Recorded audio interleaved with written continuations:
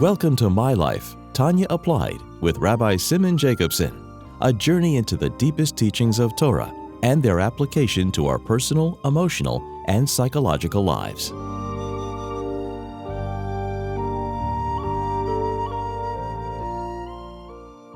A good tavach, a good week. We continue our journey in the life-changing Sefer Tanya. This program is made possible by Rena Lights LLC and is in honor and memory of Rabbi Yosef Halevi Weinberg Olav Hashalom, Rabbi Moshe Pinchas HaKohen Katz Olav Hashalom, Rabbi Yael HaKohen Khan Olav Hashalom, and it's in schus and merit of Rabbi Zev Yecheskel HaKohen and Risha Katz Le'erich Yomim V'Shanim Tevis. We finished Perek Chavov, chapter 26, and we're now entering chapter 27. The theme that began with in chapter 26 and continues in chapter 27 is the dealing with depression and sadness. In chapter 26, he covered two types. Mila de Alma and Mila de Shmaya, which means matters of your life, literally of worldly matters, worldly affairs. Matters, parnasa, difficulty in livelihood, in family life, children, health.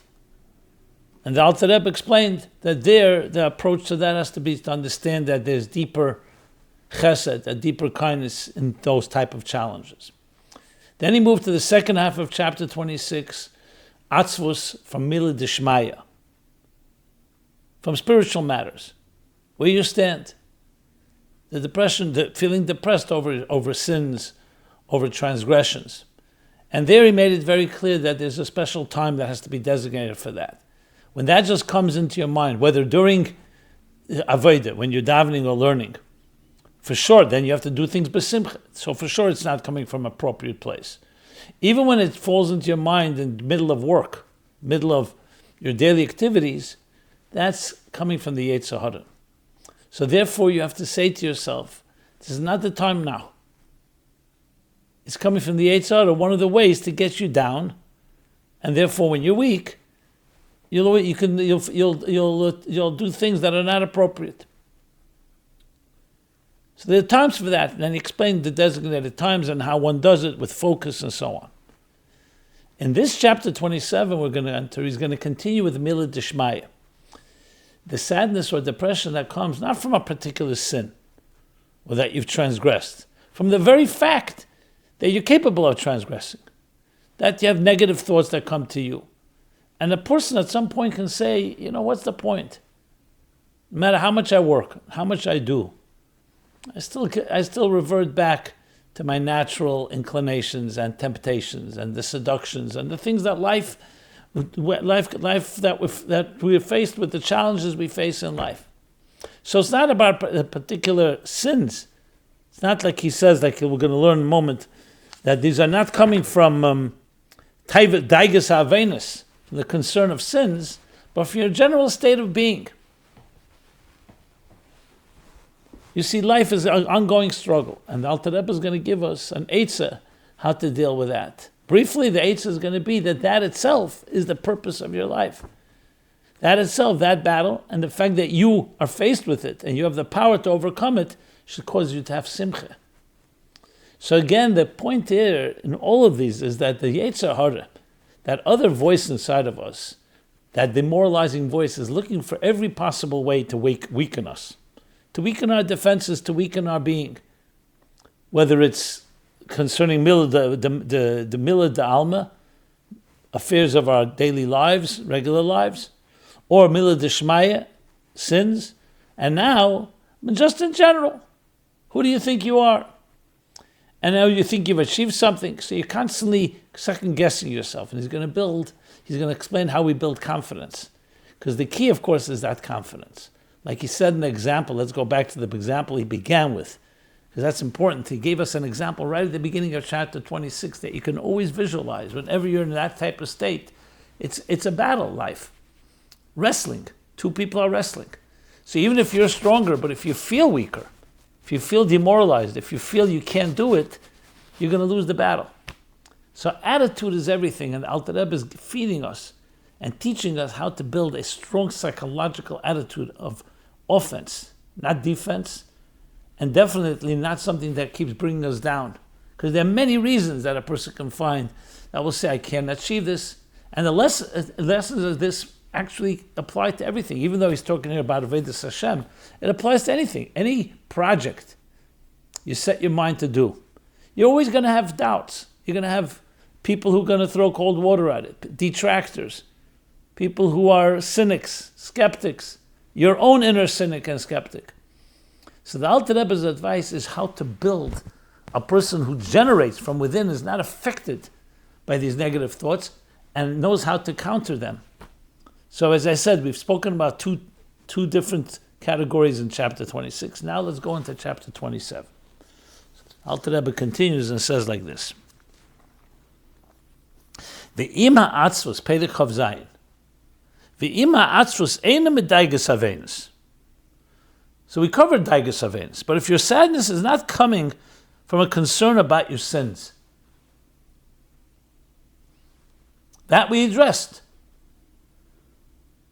That when that comes into your mind, even during the middle of the day, middle of work, it's not coming from a good place. It's coming from your Yetzer Hara, just to bring you down. And there are times when you need to, and that's a great way of bringing you down, because he says, you shouldn't be sinning. Why are you sinning?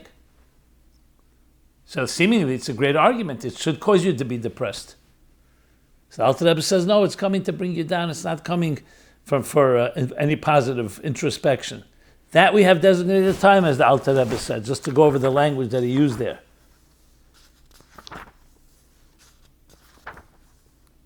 Like special times, appropriate time, and Yishuv Adas. It should be deliberate, as we discussed at length in last week's class. But now it's not coming from the Daiges Havenis. Ela mehirhurim roim v'tayvus ros. But rather, from the very fact that bad thoughts and inappropriate desires shaneflis b'machshavte,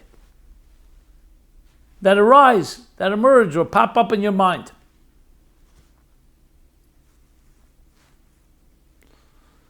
Which of course puts you into a state that, look at me. I did so much yesterday, I worked hard, I did this, and many good things that you've done. And then you see that you just go back to the same human being. Same habits, routines. Or the natural, people have a natural, we live in a material world, natural temptations, natural distractions.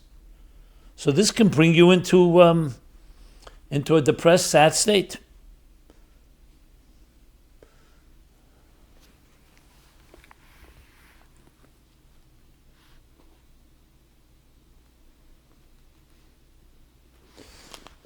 So the Alter Rebbe says, "Hine im neflas shalei b'shas haveda." If these thoughts are happy not during Aveda, not during service or worship of Hashem, meaning when you're davening or learning, as he addressed also in the previous chapter. Because there, if that happens, the Alter Rebbe is going to discuss later what to do with that. If it happens during Aveda. In chapter 28, now we're in 27. Here he's talking, Ela be'es asokei ba'asokov v'derech eretz u'kahai gavna. But rather, when you're involved in business and worldly affairs, and kahai gavna, and similar. What could be similar? Similar means, you could be taking a walk. You could be resting. But we're not talking about during worship. And here again, the concern is, your concern is not actual sins, but that's just that state of being that you have negative thoughts. Says the Alter Rebbe, here's the Eitzah. Here's the Eitzah. Adarabah. On the contrary, not just that it shouldn't cause you to fall, to be depressed. Adarab. On the contrary, yesh le l'smeach bechelke. You should be happy with your lot. Expression from Pirkei Avos, in the beginning of chapter 4, first Mishnah. Why should you be happy with your lot?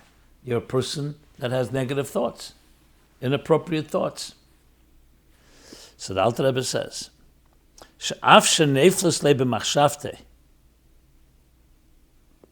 that even though the inappropriate thoughts came to your mind,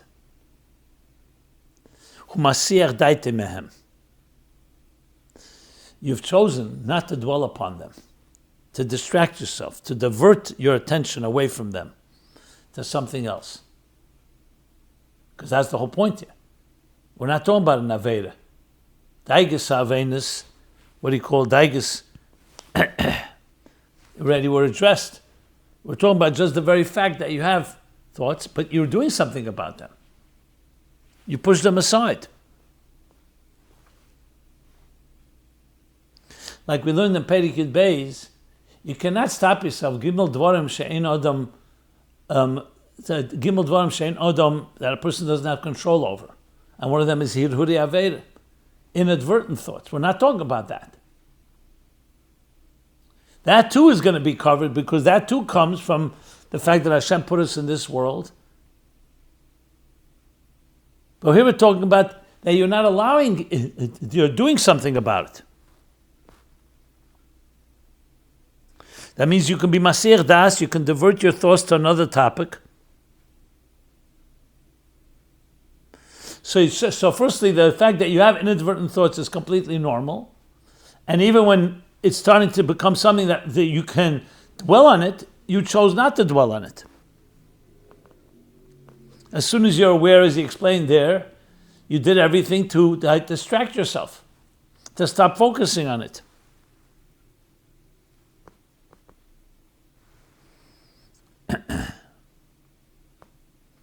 And as a result, you're actually fulfilling God's will. You're actually doing a mitzvah.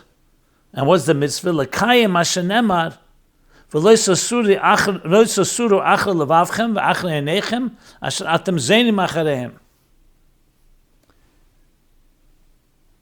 You're fulfilling the mitzvah in the verse, and you shall not follow after your heart and after your eyes, after which you stray. This is from in Bamidbar.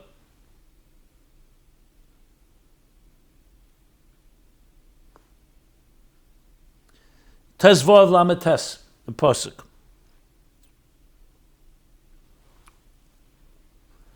Because you push it aside. Leisasuru. The Eina Kosa Medaber, says the Alter Rebbe. But tzaddikim. Now this verse can be speaking to tzaddikim. Because tzaddikim, as we know, have transformed themselves, as we learned in chapter 10, that they don't even have inappropriate thoughts. And you can't call them Zainim Acharehem. L'koram Zainim Chaz v'shalom. To be called strayers, God forbid. So we're not talking about tzaddikim. We're talking about regular people like ourselves. Because if we're talking about tzaddikim, you can say, okay, so I'm not being Mekayim a mitzvah, I'm not a tzaddik. But we're not talking about tzaddikim. We're talking about people who do have these thoughts. And still, you're not following them. You're not allowing yourself to be seduced by them.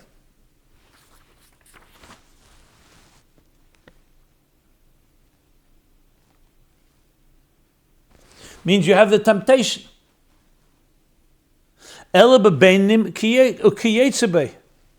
Rather, the verse is talking about Beinanim, like he explained back in there again, chapter 12, by someone who has a struggle, has an animal soul, and he's struggling, but he has the power of self-control, not allowing the animal soul to affect his thought, speech, and action. We're not talking about the thoughts, the inadvertent thoughts. We're talking about deliberate thoughts. He has control over that. So the pasuk is talking about bebeinim ki yetzebei.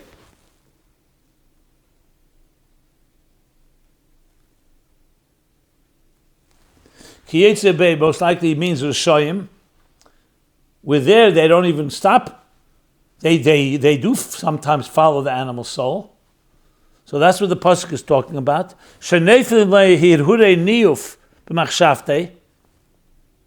These are people who have lustful thoughts arising, emerging in their minds.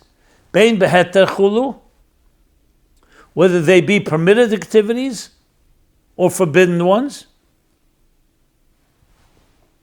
So we're not talking about tzaddikim, we're talking about beinim kiyetzebei. So that's a critical piece because it means it's relevant to you. And here's the mitzvah, you're mekayim. Ukeshemasiach daite mekayim love zeh. When a person who has such thoughts, but he diverts his attention from these thoughts, he's fulfilling this lav, this biblical prohibition, and you shall not follow. So that's the simcha that comes out of you refraining and fulfilling mamash mitzvah of Hashem.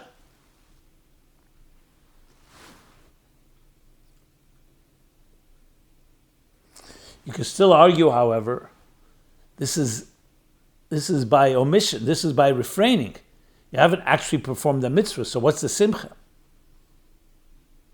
You're not allowed these thoughts to dwell, to consume you. So Alter Rebbe continues, that's more than that.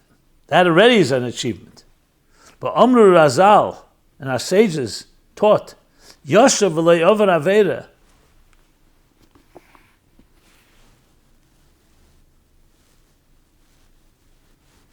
A person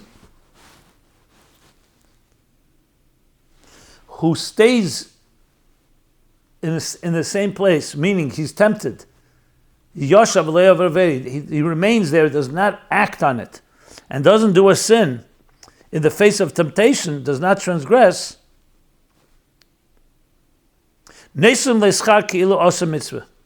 he's given the reward as if he had performed a positive mitzvah. So here we see how refrain is not just refrain. Remember, it requires energy. So you're not acting on it, but you are doing something to not act. You're exerting the energy from withholding, giving in to the temptation. So the Gemara says, this is Kedushin, Lamed Tes Beis 39b, it's Ke'ilu Osa Mitzvah. And therefore, refraining and distracting yourself, diverting your attention when you have a temptation, an inappropriate thought, a person needs to rejoice having fulfilled and obeyed this biblical prohibition, with the same level of simcha, of joy, as if we had actually fulfilled a positive mitzvah. So see how the Alter Rebbe is giving us another eitzah here. A powerful piece of advice. So many people would think, I'm getting negative thoughts. Maybe it's not for me. Maybe I'm deluding myself. Maybe I shouldn't try again. The Alter Rebbe said, no. Look at what it results in. It results in bringing out deeper strengths of yours to refrain from acting on it, or refrain from deliberately focusing on it. And that should bring great joy. So look at the psychological perspective here on a human being. And I'll just apply it in general terms. Your child comes home from school, they did something wrong, they didn't get a good mark. Or you or someone else feels down. You tried something, you didn't succeed, you didn't get the job you wanted, you didn't get a raise, something failed, some setback. So how often is it that people have the attitude, okay, you know what? You're not perfect. Maybe you shouldn't take on so much. Maybe you try to do something that was beyond your abilities. So next time, don't try such a difficult task. Comes the Alter Rebbe says the opposite. You have a neshama, you have a beautiful soul with a tremendous resources. Yes, you have an animal soul and it tempts you, but it also, you have the other side. Don't let a setback or a failure or even the potential because you've had negative thoughts define you. That doesn't define you. It's what happened to you. What defines you is the strength that you mustered up to be able to overcome that challenge. And that's how you have to look at it. The very fact that you have the challenge, adarab, should cause you to have joy because it means you have the strength to overcome it. And when you do, you see b'peil. So it's a whole different way of looking at someone. Here we can look at people as being, people are weak, flawed, and then it's confirmed when something goes wrong or something is, you see your thoughts, you see you're not on that high level that you thought you may have been. Comes the Alter Rebbe says, no, this will come your way. But know you have deeper strengths. And your abilities are more powerful than what you think they are. And just because this task was not fulfilled, like some say, don't ask the tasks that fit your abilities. Ask for abilities to fulfill the task. So don't lower your expectations. Keep them, but now work toward getting there. And that is an unbelievable piece of advice. Firstly, regarding the idea of having sadness or depression regarding your state of being, that someone who, not as I said, no sins. We're not talking about concern of sins. We're talking about the mere fact that there are thoughts that come to a person inappropriate, which fits to everybody. It also turns around everything on its head, that the very temptation is actually a source for simcha. Because you're able to be Mekayim a mitzvah. A tzaddik can't be Mekayim this mitzvah. Even though Leisa Surah Achrei Nechem is also shayach to tzaddikim, the Zaynim Achreim is not, because they could have achieved something more. It's another discussion on a subtle level. But here we're talking about the pashtus meaning of the pasuk is not shayach to them because they're not straight. They don't stray. And that's the great simcha. That even in negative situations you turn into a positive. Now the Alter Rebbe is going to go even further. That the fact that you feel down from your negative feelings is actually a form of arrogance. So he continues now. Va'adarab, another adarab.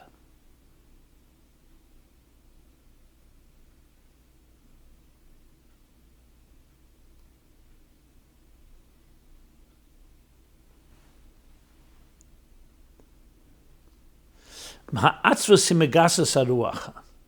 the contrary, sadness from inappropriate thoughts comes from an inflated ego. Why?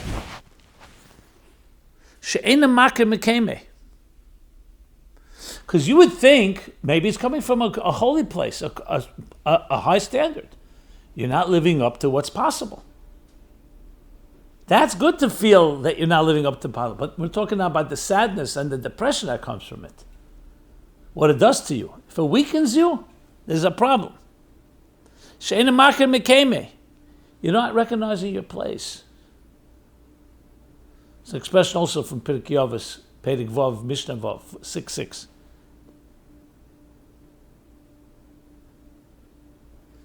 Because you think that you, at this point, that you should have gotten rid of your evil impulses and temptations. It's not the case. You haven't. Al ken yore levave al she'ena madrega sadik.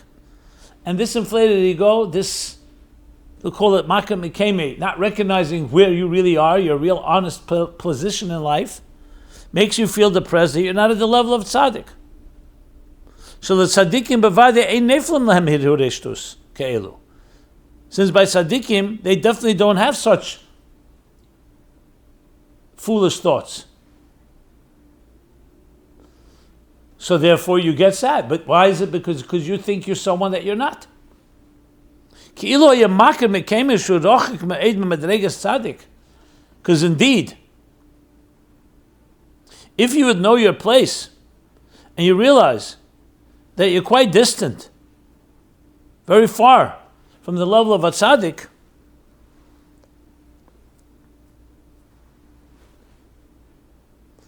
and therefore it's not in your, what you wouldn't expect to be there, so you wouldn't have this negative feeling.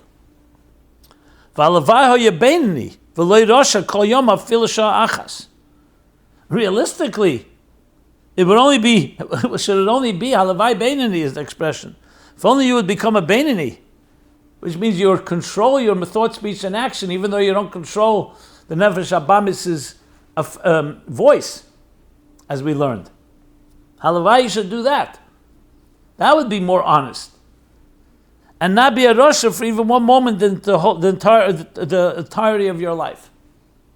Filusha achas.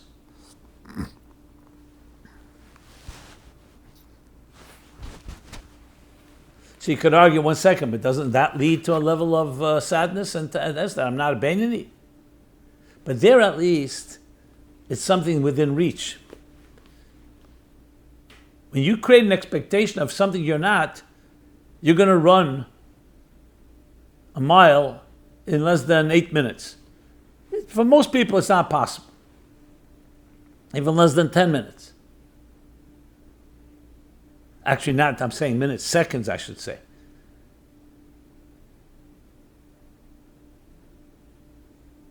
As we know the records. Because it's not possible. Some people are not capable. So of course you're going to feel down if you think you're someone you're not.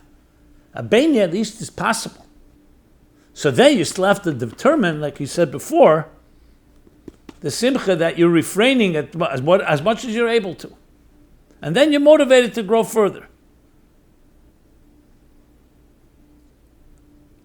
That is indeed the personality of a beinani and their service.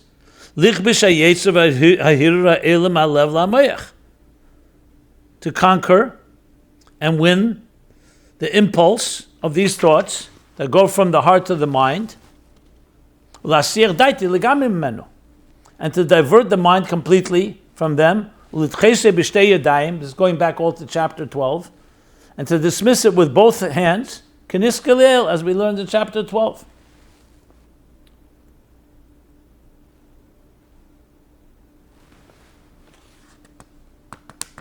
But thinking that you're a tzaddik and that's going to control you, you're not going to have negative thoughts, that's already not recognizing your place.